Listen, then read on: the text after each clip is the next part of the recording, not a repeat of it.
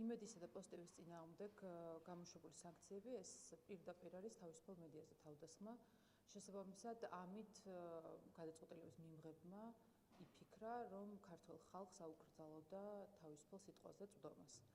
მე ვფიქრობ, რომ შედეგი ნამდვილად ვერ იქნება მიღწეული, რადგან იმედს არანაკლებ მძიმე დღეები გადაუტანია და ვინც გვახსენდება ყველაზე ახლო წარსულში მედიაზე თავდამსხმელი, ეს ნაციონალური მოძრაობის რეჟიმია. უბრალოდ წარმოუდგენელია, რატომ გადაწყვიტა კონკრეტულმა პოლიტიკურმა ჯგუფმა, რომ დასავლეთის სახელით დაესხას თავს ქართულ თავისუფალ მედიას და რა თქმა უნდა ყოველთვის უმძიმესი გადაწყვეტილება მიიღო.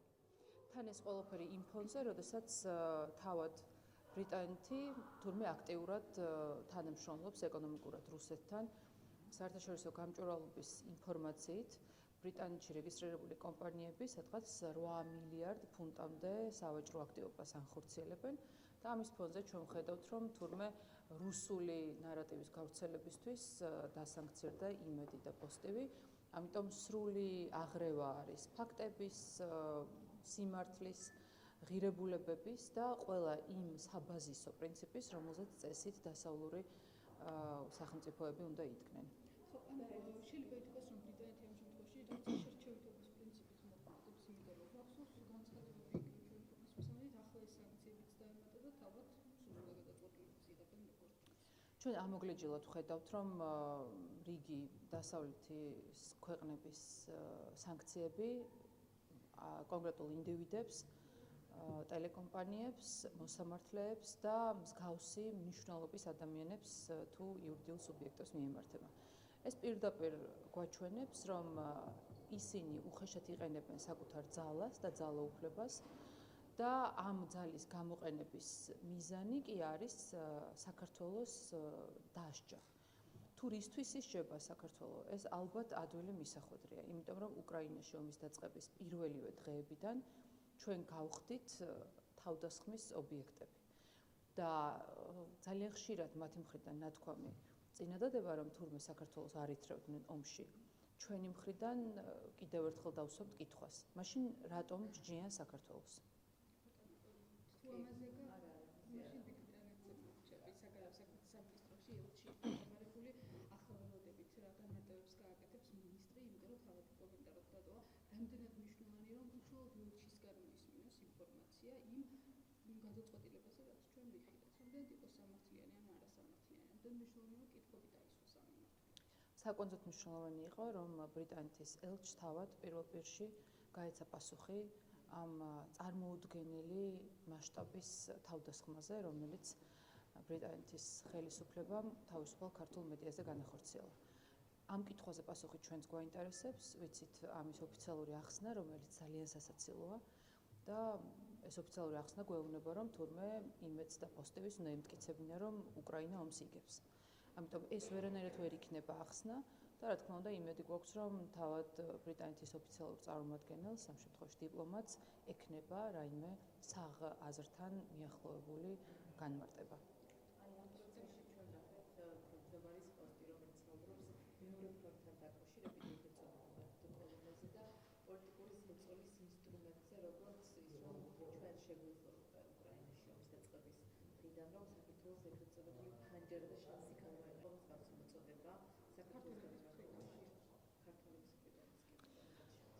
ალბათ სისტემატურად უნდა გავიხსენოთ ის, საიდანაც დაიწყო საქართველოს პრობლემები. ეს არის უკრაინაში ომის დაწყება, სადაც მეორე დღიდანვე ჩვენ მოგვიწევდებდნენ, რომ როგორც გონჩარენკო ამბობდა, შეგვესეირნა აფხაზეთში და ომით დაგვებრუნებინა და ომით შევსულიყავით საკუთარ დებთან და ძმებთან, რომ გაგვეგზავნა თვითმფრინავი უკრაინაში და ამით გამოგვეხატა ომში ჩართულობა, რომ დაგვესანქცირებინა რუსეთი და ამით ყველაზე დიდი ზიანი საკუთარი ქვეყნისთვის მიგვეყენებინა, რომ ბომბების წვენა იყო ის სასიამოვნო ემოცია, რომელსაც ჩვენი რადიკალები ისურვებდნენ, რომ ყოფილიყო და ათასობით მათი მხარდამჭერი, რომელიც ასე საჯაროდ ვერ ამბობდა, მაგრამ ყველა თავიანთი მოქმედებით ადასტურებდა, რომ ისინი ემხრობოდნენ საქართველოს ომში ჩართვას.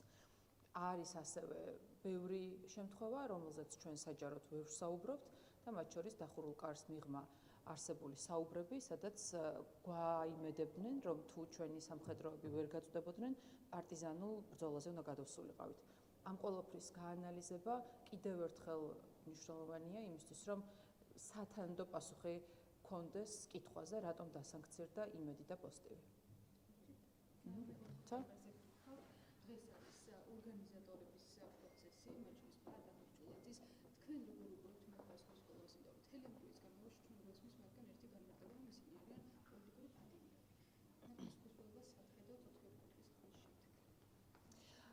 ეს ადამიანები ვერ შედგნენ რევოლუციონერებად, მათ ვერ გააკეთეს და ვერ განახორციელეს გადატრიალება.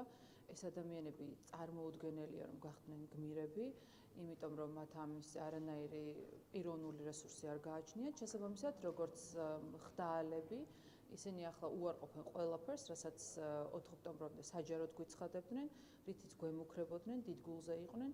ამიტომ დღევანდელი მათი განცხადებების პირდაპირი პასუხი არის ის, რითიც 4 ოქტომბრამდე თავადვე გვემუქრებოდნენ. ევროპარლამენტზე მინდა გითხოთ და გუშინდელ ანგარიშთან დაკავშირებით, როგორც მოსალოდნელი იყო მოვისმინეთ კრიტიკული გზავნილები, თუმცა ეს ანგარიში არ არის ერთადერთი მორიგი რეზოლუციის მიღებასაც აპირებს, როგორც ცნობილია, ევროპარლამენტი, სადაც ძირითადად სანქციების დაწესების მნიშვნელობაზე არის საუბარი, როგორც ქართული ოცნების ლიდერებზე, ასევე ბიძინა ივანიშვილზე, უშუალოდ მოსამართლეებზე და პროკურორებზე. მოკლედ, ეს რეზოლუციები თქვენთვის ნიშნავს თუ არა რაიმეს, ახლა მაგათაც ლევან მახაშვილის მხრიდან მოვისმინეთ განცხადება რამდენიმე დღის წინ, რომ ის ბეჭდავს ამ რეზოლუციებს, მერე მაკულატურაში ყრის. აი, რაიმე მნიშვნელობა დარჩა ახლა ამ რეზოლუციებს თქვენთვის?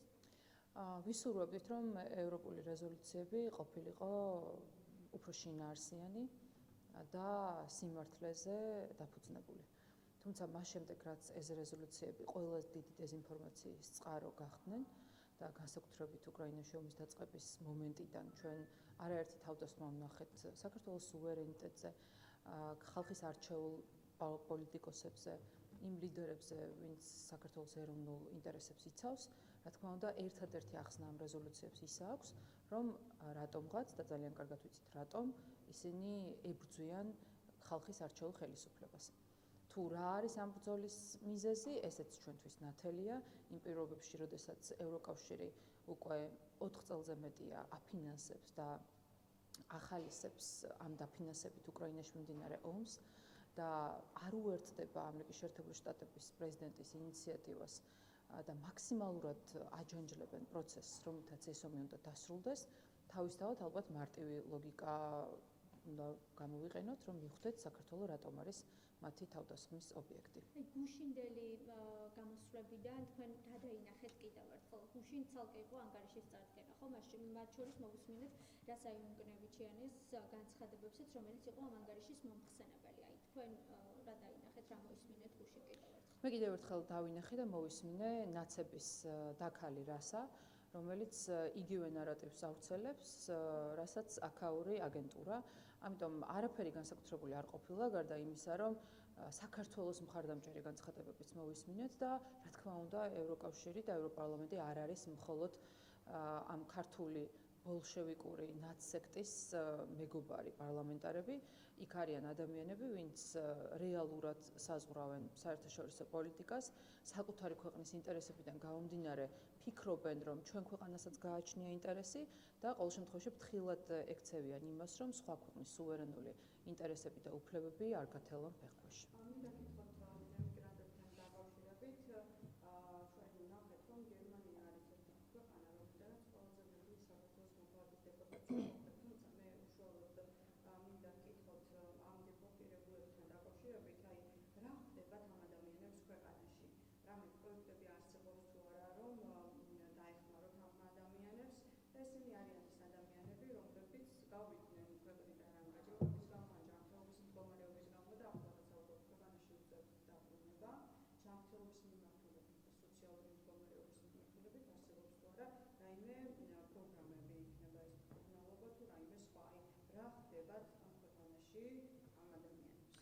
ეჭვმეპარება, რომ ზოგადად ამ ადამიანების ბედი გადარდებდა და იმიტომ ვსვამდეთ ამ კითხვას, თუმცა ფორმალურად რადგან დასვით თქვენი მხრიდან ეს ვითომ გულშემატკივრობის კითხვა გიპასუხებთ, რომ მათ გაცილებით უკეთესი ეკონომიკური და სოციალური მდგომარეობა ხდება, ვიდრე მაშინ იყო, როცა მათ ეს ქვეყანა დატოვეს, განსაკუთრებით და რადიკალურად განსხვავებული პირობები დახვდება მათ, ვინც ნაციონალური მოძრაობის დროს დატოვა საქართველო.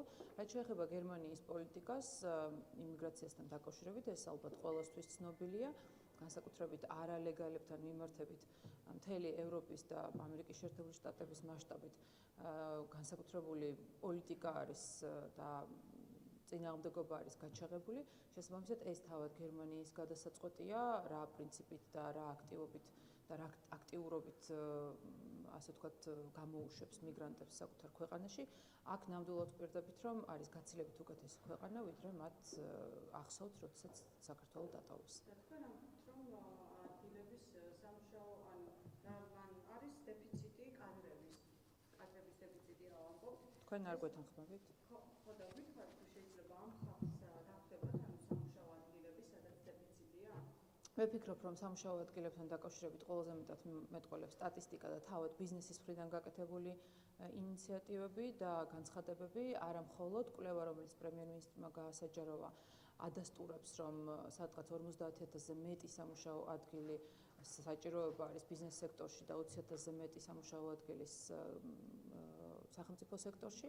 ამიტომ, რა თქმა უნდა, ამ ეკონომიკური ზრდის და წინსვლის ფონზე იზრდება დასაქმების ადგილების შესაძლებლობა, თუმცა ამავდროულად მნიშვნელოვანი არის, რომ დასაქმების ბაზარზე სერიოზული დისბალანსი არის მოთხოვნა მიწოდებას შორის, ამიტომ რა თქმა უნდა შესაძლოა ადამიანებს დაჭირდეთ გადაკვალიფიცირება იმ პროფესიებში, სადაც განსაკუთრებული მოთხოვნა არის დასაქმების კუთხით. კიდევ ერთი კითხვას დაგისვამ, თუ მათ შორის ემიგრანტებსაც შეიძლება შეეხოთ ეს ყველაფერი, ხო? რა შეეხოთ? გადაკვალიფიცირება დაჭირდეთ, ყოველ შემთხვევაში ამდენი ადამიანი უკვე რომ ჩამოვა, ეს სამუშაო ადგილები, რაზეც საუბრობთ, არსებობს და ისინი დასაქმდებიან მათ შორის? მე დარწმუნებულია, რომ ემიგრანტები, ვინც საქართველოში ბრუნდებიან, მათ არა მხოლოდ სახელმწიფო პროგრამის ფარგლებში, არამედ რეალური სამუშაო ადგილები შეიძლება დახვდეთ. რა თქმა უნდა, ეს არის პრობლემა, რომელიც ყველაზე განვითარებულ ქვეყანასაც აწუხებს. ამერიკის შეერთებული შტატების ძირითადი პოლიტიკა მიგრაციასთან დაკავშირებით იმით არის მოტივირებული, რომ საკუთარ მოქალაქეებს შეუნარჩუნოს ადგილები. ამავდროულად მინდა გითხრათ, რომ ჩვენს მიგრანტებთან დაკავშირებული საკითხები და პოლიტიკა იმგვარად, რომ საქართველოდან მაქსიმალურად იყო გაშვებული ყველა ეს არალეგალი, რომელიც ამ ქვეყანაში იმყოფებოდა და იკავებდა ქართველი ხალხის შესაძლო პოტენციურ დასაქმების ადგილებს, ვფიქრობ, რომ ესეც გარკვეულ შესაძლებლობას შექმნის. თუმცა თქვენი კითხვის რეალურ მოტივებში ნამდვილად მეპარება ეჭვი, ამიტომ დავალოდები რა ფორმით გამოიყენებთ ჩემს პასუხებს. კონკრეტულად საქმიანობის გამოკვლევასთან დაკავშირებით, რა შეიძლება გითხრათ, როდესაც კონგრესში ასეთი ტიპის ანგარიში იქნება საქართველოს მიმართ სადაზვერვო რუსეთის სადაზვერვო საქმიანობის გამოკვლევას? სერიოზულ პასუხის გაცემას ვაპირებდი ამ კითხვაზეც. სანამ თქვენთან მოვდიოდი, ვნახე ერთ-ერთი თქვენი ასე ვთქვათ აგენტურის პოსტი, როგორ ვიშვიშებს, რომ ეს რა სირცხვილია, როგორი კანონპროექტი დაინიცირდა ამერიკის კონგრესშიო. სასაცილო ამ ყველაფერში ის არის, რომ თავადვე იხდიან ამ კანონპროექტების დაინიცირებაში, თავადვე ლობირებენ საქართველოს წინააღმდეგ მიმართულ პოლიტიკას და შემდგომ გულისწყეტით და ასევე ახლა თქვენ დიდი შეშფოთებით მისვამთ კითხვას, ეს რა საშინელი კანონპროექტი დაინიცირებულა კონგრესში. დიახ, ამისთვის მუშაობთ თქვენ, ამისთვის იხდით თანხებს, ამას ემსახურებით. არ აქვს მნიშვნელობა ეხლა ეს ოფიციალურად თუ არაოფიციალურად, რა გავლენებით, რა კონტაქტებით, მაგრამ ის აბსურდები, რაც კონკრეტულად ამ კონგრესმენის მხრიდან საქართველოსთან დაკავშირებით ჟღერდება და ნამდვილად წარმოუდგენელია ჩინური დაზვერვის საქართველოში მუშაობაზე დაიწყოს საქმიანობა და მიმართოს.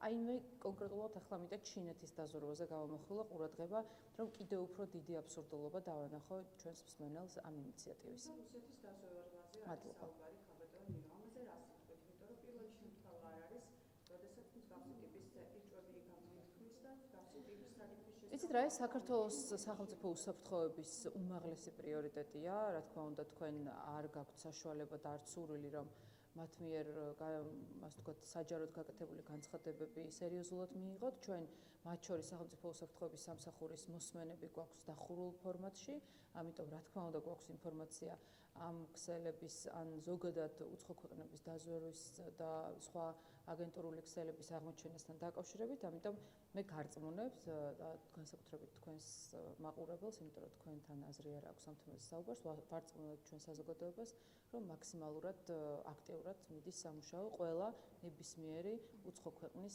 გავლენების წინააღმდეგ. ზოგადად სისტემატურად ხდება უცხოური გავლენების ეს დაზვერვით იქნება, უცხოური დაფინანსებით თუ სხვადასხვა ფორმებით საქართველოში მუშაობა ამასთან დაკავშირებით აქტიურად მიმდინარეობს სახელმწიფო უსაფრთხოების სამსახურის მხრიდან მუშაობა. და უცნაური არის, როდესაც ამაზე მიმდინარეობს მუშაობა და სახელმწიფო უსაფრთხოების სამსახური ერთ-ერთი ასე ვთქვათ, ყველა სახელმწიფო დეპარტამენტის ანგარიშში გამორჩეულად წარმატებული სტრუქტურაა საქართველოში, ამის ფონზე რაში დაჭირდა ამერიკელ კონგრესმენს ამ თემაზე კანონპროექტის დაინიცირება, რომ არა აი ის საფუძველი, რომ თქვენ მოგეცეთ ამ თემაზე კიდევ ერთხელ კითხვის დასმის, თემის აწევის, საქართველოს წინააღმდეგ პოლიტიკის წარმოების და აი ამ მავნებლობის საშუალება. იქ საუბარი არის რუსული დაზვერვის გავლენაზე საქართველოზე, სადაზვერო საქმიანობის გამოყენება, სადაზვერო საქმიანობა ხორციელდება თუ არა საქართველოში ამაზე არის. ესე იგი, მთელი დასავლური სამყარო ჩაფლული არის ეპშტეინის სიბინძურაში, სადაც ერთმანეთში ისე არის გადახლართული ვინ ვის აწვდიდა ინფორმაციას და ვინ ვის დაზვერვაში და კონტრდაზვერვაში მონაწილეობდა. სასაცილოა ჯო ვილსონის დაინტერესება საქართველოსთან დაკავშირებით, როდესაც თავზე ექცევათ ამ გარყვნილებით და სიბინძურით გამოწვეული ასე ვთქვათ მოცემულობიდან გამომდინარე ყველაფერი. ამიტომ თუ რეალურად მას საკუთარი ქვეყანა ადარდებს, ვფიქრობ, რომ იმ საჭიროებო საკითხებზე უფრო ლოგიკური იქნებოდა მუშაობა, ვიდრე საქართველოში ჩინურ დაზვერვასთან დაკავშირებული კანონპროექტის დაინიცირება. მაგრამ ეს ჩემი მოსაზრება არის, მას რა თქმა უნდა თავისი მოსაზრება აქვს, რომელიც ვიცით რითი არის ხოლმე განპირობებული. დიდი ბრიტანეთის ეშზეც კითხავთ, თუ შეიძლება საელჩოდან გამოვიდა კომენტარი არ გაუკეთებია, ეს იმას არ ნიშნავს, რომ საელჩოდან თუ საგარეოდან? ბოდიში საგარეოთა მინისტრიდან გამოვიდა. ნუ არ ვიცით ახლა ეს კომენტარი და ზოგადად მათი განცხადება ან პასუხობების იქნება ეს დიდი ბრიტანეთის მხრიდან თუ ჩინეთის მხრიდან. ყოველ შემთხვევაში ქართული ოცნება გარდა ამისა, რომ თბილისში დაიბარა საგარეოში, რა არის გაკეთებას ფიქრობთ კიდევ თქვენ აპირებ ეს მიმართულებით თუ თვითონ დიდი ბრიტანეთის მიმართულებით? მე მინდა იმედი მქონდეს, რომ უკომენტაროთ საგარეო საქმეთა სამინისტროს დატოვება იყო მისი მხრიდან დიდი პასუხისმგებლობა, რომ აი იმ სამარცხვინო გადაწყვეტილებაზე არ გააკეთა კომენტარი და მან ვერ შეძლო, რომ კიდევ ერთხელ გაემეორებინა ის დეზინფორმაცია, რის საფუძველზეც იმედი და პოსტები დაასანქცირეს. მადლობა. ბოდიში არა ძალიან მეჩქარება. აი გაგეცით პასუხი. რისი პასუხიც მინდა და გითხარით. მე მინდა გთხოვოთ, რომ ჩემს პასუხში ამოიკითხოთ თქვენი შემდგომი ჩაკითხვების პასუხიც. ხადი, აღარ პასუხობთ.